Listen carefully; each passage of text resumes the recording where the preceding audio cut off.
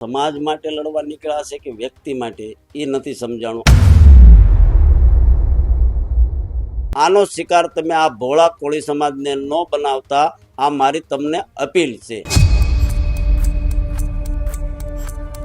સમાજની પીડા છે અને તમારી આગળ અવારનવાર તમે જ્યાં સુધી નહીં કરો ત્યાં સુધી મારી માંગ ઉપર હું તટસ્થતાથી માંગતો રહીશ। તમને દુઃખ થાય તો સોરી। અખિલ ભારતીય કોળી સમાજના ઉપાધ્યક્ષ પ્રવીણ કોળીનું મહાસંમેલનને લઈને નિવેદન સામે આવ્યું છે। સમાજ માટે લડવા નીકળ્યા છો કે વ્યક્તિ માટે નથી સમજાતું? હજુ સુધી તમે અમારી ચેનલને સબસ્ક્રાઇબ નથી કરી તો અત્યારે જ ન્યૂઝરૂમ ગુજરાતને સબસ્ક્રાઇબ કરો, ફેસબુક અને ઇન્સ્ટાગ્રામ પર ફોલો કરો।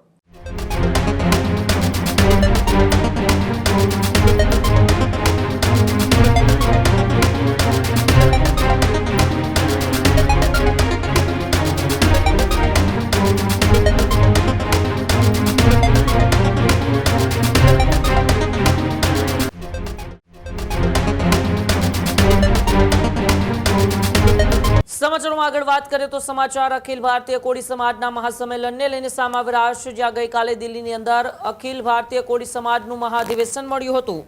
દિલ્હીના તાલકટોરા સ્ટેડિયમમાં કોળી સમાજનું શક્તિ પ્રદર્શન, બાવળિયા બાદ રાષ્ટ્રીય પ્રમુખ વિરેન્દ્ર કશ્યપે પણ કર્યું શક્તિ પ્રદર્શન। અખિલ ભારતીય કોળી સમાજના ઉપાધ્યક્ષ પ્રવીણ કોળીનું મહાસંમેલનને લઈને નિવેદન સામે આવ્યું છે। બંને તરફથી પ્રમુખના દાવા થઈ રહ્યા છે। બંને બાજુ નેતા બનવાની હોડ લાગી છે, આવી વાત પ્રવીણ કોળીએ કરી। સમાજ માટે લડવા નીકળ્યા છો કે વ્યક્તિ માટે નથી સમજાતું? મંત્રી કુંવરજી બાવળિયા અને વિરેન્દ્ર કશ્યપ સામે પ્રવીણ કોળીએ સવાલો કર્યા। તમે લોકો સમાજ માટે શું કરવાનો છો, એને લઈને પ્રેસ ક્યારે કરશો? આવા પણ સવાલ છે તે પ્રવીણ કોળીએ પૂછ્યા। રાજ કરવાના ચક્કરમાં કોળી સમાજમાં ભાગલા ના પાડશો। તમે લોકો પીઠાવાલા ભવનમાં રહેતા બાળકોની પીડા સમજો। બાળકોને કેવી રીતે સુવિધાઓ આપી શકાય તેના પર વિચાર કરો। કાયદાકીય રીતે અધ્યક્ષ પદ માટે ચૂંટણી ના થઈ શકે। બંને પક્ષો પાસે સમાધાન સિવાય બીજો કોઈ ઉકેલ નથી, આવી વાત પ્રવીણ કોળીએ કરી છે। અખિલ ભારતીય કોળી સમાજના બે મહાસંમેલન મળ્યા। એક સંમેલન ગુજરાત સરકારના કેબિનેટ મંત્રી કુંવરજી બાવળિયાએ યોજ્યું 14 જૂનના રોજ, તો ગઈકાલે 21 જૂનના રોજ વિરેન્દ્ર કશ્યપ જેઓ સિમલાના પૂર્વ સાંસદ છે તેમણે પણ યોજ્યું। અને એ સંમેલનની અંદર પૂર્વ રાષ્ટ્રપતિ રામનાથ કોવિંદ, દિલ્હીના મુખ્યમંત્રી રેખા ગુપ્તા પણ હાજર રહ્યા। પરંતુ આ સંમેલનો બંને જે થયા છે તેને લઈને સમાજમાં જે ભાગલા પડ્યા છે તેને લઈને અખિલ ભારતીય રાષ્ટ્રીય કોળી સમાજના ઉપાધ્યક્ષ પ્રવીણ કોળીએ શું પ્રતિક્રિયા આપી, આવો આપણે અખિલ ભારતીય રાષ્ટ્રીય કોળી સમાજના ઉપાધ્યક્ષ પ્રવીણ કોળીની પ્રતિક્રિયા સાંભળીએ। બંને બાજુથી પ્રમુખના દાવા થઈ રહ્યા છે અને મીડિયા એ જ પ્રશ્ન કરે છે કે બંને બાજુ નેતા બનવાની કોશિશને હોડ લાગી છે। પણ મારો પ્રશ્ન છે કે સમાજ માટે લડવા નીકળ્યા છે કે વ્યક્તિ માટે એ નથી સમજાણું। અત્યાર સુધી લગભગ 1 મહિનાને આળેગાળે આ વિવાદને થવા આવ્યો, પણ કાંઈ પણ સમાજની વાત બહાર આવી હોય એવું મારા ધ્યાન ઉપર આવ્યું નથી મીડિયા કે સોશિયલ મીડિયા દ્વારા।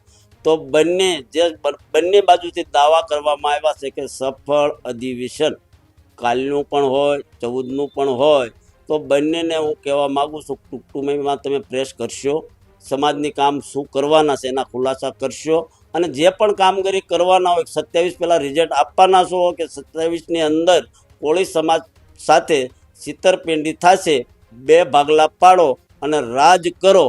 આનો શિકાર તમે આ ભોળા કોળી સમાજને ન બનાવતા આ મારી તમને અપીલ છે કે અત્યાર સુધી તમે લાભ લીધા, સમાજે આપ્યા, આની વેદના આની પીડા સમજો।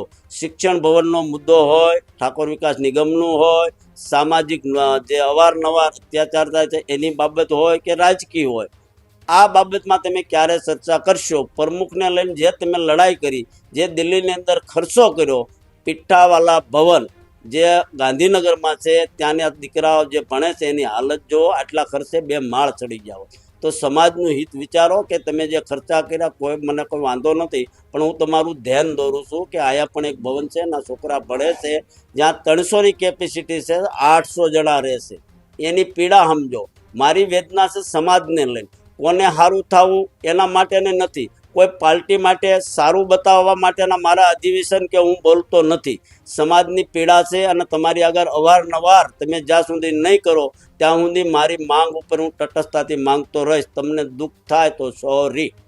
પહેલી વસ્તુ તો આની ચૂંટણી જ ન થઈ શકે. અમે સાહેબ આટલા બધા ભણેલા ગણેલા છે, ગુજરાત સરકારના મંત્રી પણ છે, બે ટર્મ સુધી રાષ્ટ્રીય અધ્યક્ષ રહી ચૂક્યા છે, નાલપા પણ છે. તો જ્યાં સુધી કોર્ટની અંદર મેટર હોય એની અંદર કઈ રીતે ઇલેક્શન થાય અને કઈ રીતે સિલેક્શન થાય એ મારી સમજણની બહાર છે. વોટર યાદી છે એ કદાચ બનાવી બે બાજુથી બને ને, બને તો બે બાજુથી બનવાની છે. એટલે આનું સોલ્યુશન સમાધાન છે, સમાજને ગુમરાહ કરે છે. આવું કાંઈ થવાનું નથી. 6 વર્ષ 5 વર્ષથી પેન્ટિંગ છે, હજી 10 વર્ષ પણ પેન્ટિંગ રહી શકે. એટલે આમાં લીગલી કોઈ ઇલેક્શન ન થાય, લીગલી કોઈ પ્રમુખ એક બાજુથી ડિક્લેર થાય એવું હું માનતો નથી. આ સ્પષ્ટતા સાથે કહું છું, સમાધાન સિવાય આનો કોઈ નિકાલ નથી. એટલે બંનેને બેસી અને સમાધાન કરવું પડે.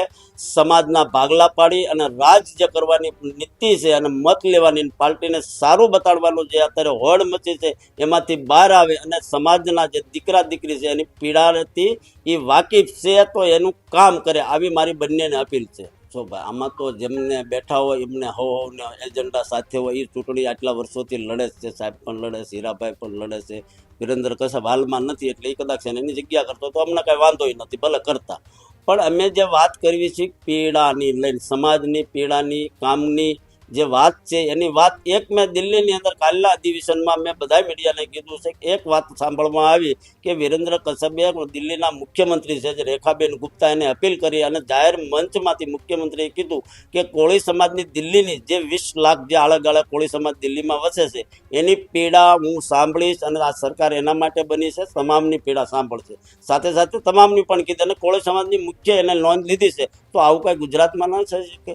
પોતાની માટે તમે લડો છો તો મારે હારે સમાજનું પણ પીડા જુઓ. આ મારી તમારી સાથે માંગણી છે અને ટૂંક સમયમાં તમે પ્રેસ કરો. આવતા દિવસોમાં શું તમે કામ સમાજ માટે કરવાના છો એ ક્લિયર કરો, ક્લિયર.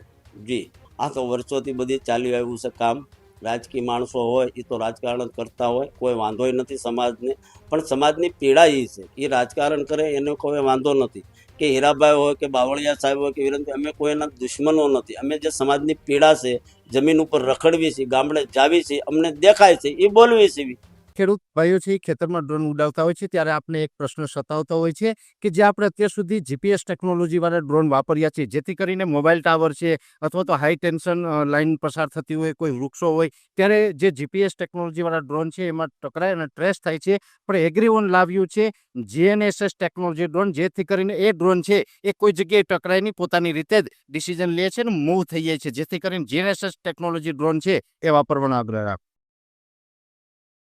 હજુ સુધી તમે અમારી ચેનલને સબસ્ક્રાઇબ નથી કરી તો અત્યારે જ ન્યૂઝરૂમ ગુજરાતને સબસ્ક્રાઇબ કરો, ફેસબુક અને ઇન્સ્ટાગ્રામ પર ફોલો કરો.